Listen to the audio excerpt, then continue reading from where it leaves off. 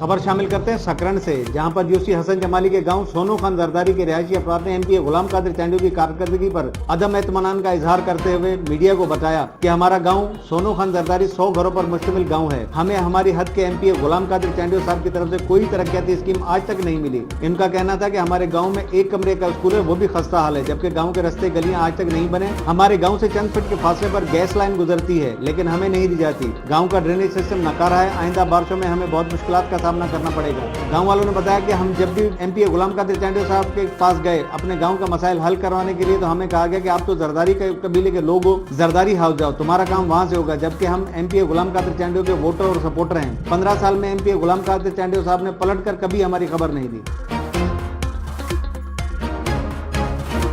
मजीद खबरों और अपडेट्स के लिए देखते रहिए हमारा YouTube चैनल HRJDO न्यूज।